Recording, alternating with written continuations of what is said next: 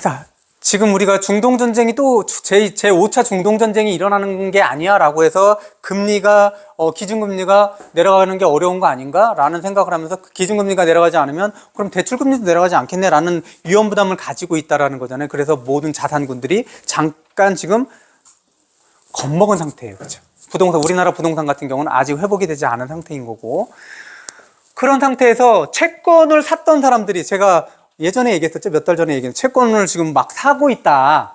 왜 사고 있다 그랬죠? 채권을 사고 있다라는 거는 이제 금리는 꼭지구나 라는 생각을 가지고 있다 그러는 거였잖아요. 이제 금리가 꼭지면, 5%가 금리가, 예를 들어서 5%가 꼭지라고 생각하면 나는 5%를 주는 채권을 샀어요. 그럼 5%의 채권을 샀어요. 이제 내려갈 일밖에 없겠네 라고 하면은 그 채권, 내 채권은 국채라고, 그냥 예를 들어서 뭐 10년물 국채라고 했을 때 나는 5%를 받는 채권을 가지고 있어요. 근데 그 다음에 기준금리가 내려가면서 이 채권에 대한 금리도 내려가겠죠. 이렇게 내려가겠죠. 내려가면 나는 5% 받는 채권인데 이게 1년 지나고 2년 지나니까 4%, 3%밖에 안 준대. 그러면 나는 어떤 거냐면 5% 받는 채권이 동일한 거예요. 동일한 10년물이잖아요.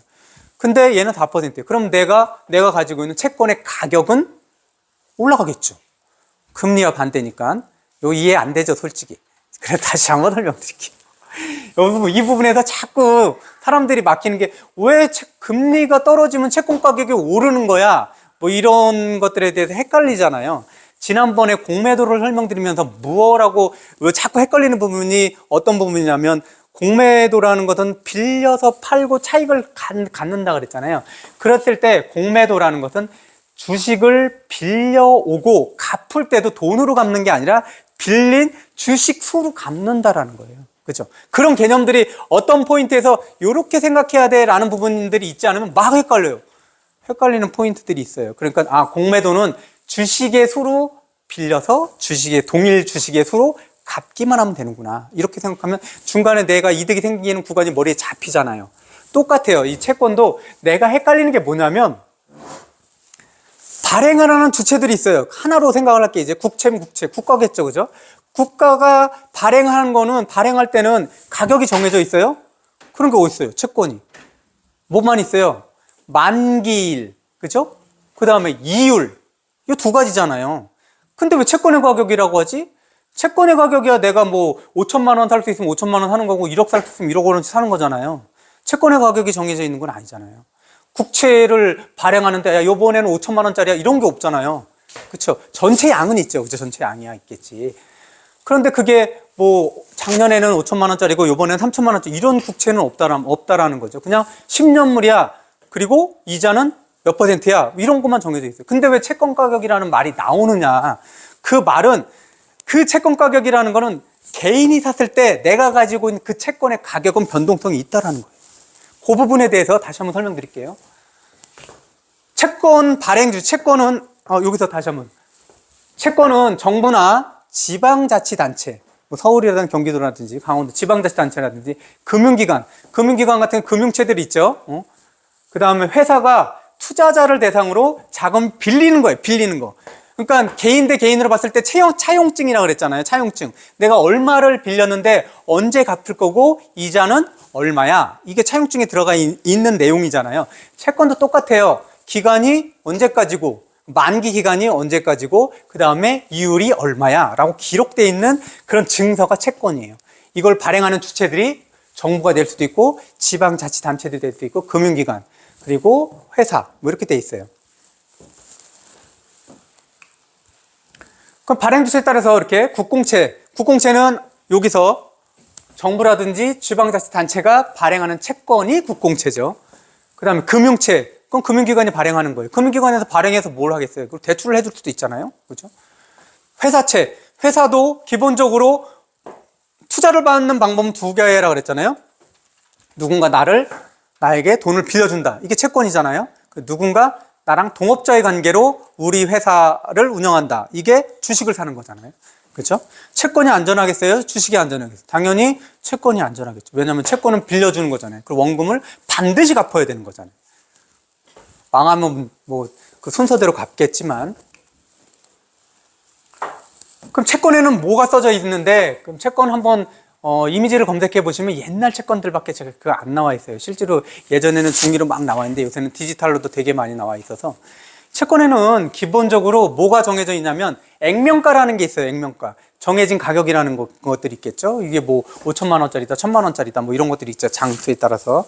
그 다음에 만기가 있어요. 이게 10년물이면 지금부터 지금 2024년이니까 나머지 2034년 이렇게 만기일이 쓰겠죠. 10년짜리면 5년짜리면 2029년 몇 월 며칠 지금부터 5년 후에 이렇게 만기일이 있단 말이에요. 그리고 제일 중요한 게 표면금리가 있어요. 표면금리. 표면금리라는 건 뭐냐면 이 채권에 이자가 몇 %야 라는 금리라는 거죠. 야, 너는 나한테 돈을 빌려주는 거잖아. 그럼 우리가 이자를 줄게. 그게 어디에 나와 있냐면 표면금리에 나와 있어요. 만기까지 거기에 채권의 5%라는 거는 1년에 5%는 10년짜리도 1년에 5%씩 준다라는 거예요. 그럼 10년이 지나면 50% 준다라는 거죠. 그러면 내가 1억짜리 채권을 샀다. 그러면 10년이 지나면 1억은 원금이니까 받죠. 그럼 이자로 받는 건 얼마예요? 5억이죠. 그렇죠? 만약에 10%씩 하면 5%씩 하면 10년 지나면 50%잖아요. 그러면 내가 이자로 받는 거는 5천만 원이고 원금은 1,000만 원이 되는 거죠. 1억이 되는 거죠. 이렇게 돼 있대. 요게 지금 채권이 가지고 있는 채권에 써져 있는 내용이에요. 채권이 써져 있는 내용. 그럼 예전에는 채권을 구입하기가, 개인 구입하기가 어려웠어요. 왜냐면 고액이었어. 되게 고액이었고. 우리가 또 이것들을 구분해내기도 어려웠는데, 이걸 이제 증권회사들이 되게 많이 해요. 증권회사들이 선별해서, 야, 요거를 우리가 왕창 사서 한 10억 원어치 사가지고 개인에게 잘라서 파는 거예요. 이렇게 팔 수도 있어요. 그래서 채권 하면 두 가지 종류가 있어요. 장외 채권과 장내 채권이 있는데, 우리는 장외 채권 하면 되게 어렵겠다 생각하는데, 장외니까 이거는 뭐냐면, 실제로 장내에는 모든 채권들이 다 들어와 있어요. 한국거래소라는 한국거래소에서 채권을 거래하게끔 하거든요. 거기는 다 들어와 있어요. 금융채라든지 회사채 뭐 이런 국채 이런 게 다 들어와서 내가 골라야 돼요. 내가 알아서. 근데 그거 어렵잖아요. 어려우니까 증권사에서 이런 것들은 사람들이 좋아하겠는데 그것들을 자기네 사서 분할해서 파는 거예요. 그러면 우리들은 대부분 어디서 사겠어요? 장외 채권이죠. 이거는 증권사에서 자기네들이 사갖고 와서 우리에게 쪼개서 파는 거다라고 생각하시면 돼요. 이게 장외 채권이에요. 그러니까 우리들은 일반적인 사람들은 어디서 산다고요? 장외 채권을 구입한다는 거예요. 그럼 오래된 사람들은 장내 채권에서 여러 가지 것들을 자기가 선별해서 골라서 구입하는 사람들은 한국거래소에서 그냥 고르면 되는 거죠. 그죠? 그러니까 이런 거예요. 주식, 우리 코스피 같은 경우는 코스피 시장에서 내가 골라서 사는 거야? 이게 한국거래소에서 채권을 구입하는 거랑 똑같지만 나는 그런 거 잘 몰라. 주식을 어떻게 투자하는지 몰라? 그럼 뭐예요? 펀드 매니저가 펀드 기금을 조성할 때 내가 그 펀드에 가입하는 거가 되는 거죠. 그래서 우리가 대부분 구입하는 것은 장외 채권이다. 이렇게 생각하시면 돼요. 증권사가 사다 놓은 거를 우리가 사는 거다. 뭐 이렇게 생각하시면 됩니다. 당연히 그러니까 뭐가 있겠어요? 수수료가 있겠어요. 장외 채권이 당연히 수수료가 더 있겠죠. 얘보다는. 그것도 펀드도 그렇잖아요. 펀드 수수료가 훨씬 더 비싸잖아요. 내가 개별적으로 주식 투자를 하는 것보다. 그러면 늘 그렇지만 소득에는 세금이 다 따라다니죠. 우리가 이자소득 때도 그렇고 보면 이자소득세 우리가 저축을 해도 은행에서 저축을 해도 15.4%를 떼잖아요. 대부분 뭐 저축을 하는데 보통 예금 같은 경우 뭐 요구불 예금 같은 경우는 0.9도 안 되죠. 0.7, 0.6 이렇게 해도 거기서 15.4% 떼잖아요. 이렇게 채권도 이자소득이 있잖아요. 이자소득에서 15.4%를 떼요. 그리고 이 채권에 대한 이자소득이 2천만 원이 넘는다. 2천만 원 넘는다 그러면 금융소득 종합과세 대상이 된다는 거예요. 금융소득 종합과세 대상이라는 건 뭐냐면 내가 금융소득으로 이자소득이라든지 배당소득이라든지 이걸 다 합쳐서 2천만 원이 넘으면 2천만 원까지는 14%의 분리과세를 해줘요. 2천만 원까지는 배당이든 이자든 간에 거기는 14.2%, 14%만 떼고 끝이에요. 2천만 원 넘으면 어떻게 되냐면 그거는 우리가 근로소득이 있다든지 사업소득이 있으면 거기에 합쳐져요. 그래서 종합소득세에 들어가는 거예요. 종합소득세. 그럼 그게 왜 문제냐? 그건 누진과세잖아요. 누진과세니까 과표가 올라갈 수 있다는 거예요. 2천만 원의 역할을 2천만 원보다 조금 넘는 금액이 내가 이제 가표가 내가 요 구간이었는데 저게 조금 보태지면 가표가 올라가는 경우가 있잖아요. 우리 전기를 사용할 때도 그렇잖아요. 어느 선 이상으로는 굉장히 많이 올라가잖아요. 똑같죠. 그렇죠. 세금도. 종합소득세가 무서운 게 그런 것 때문에 그런 거죠.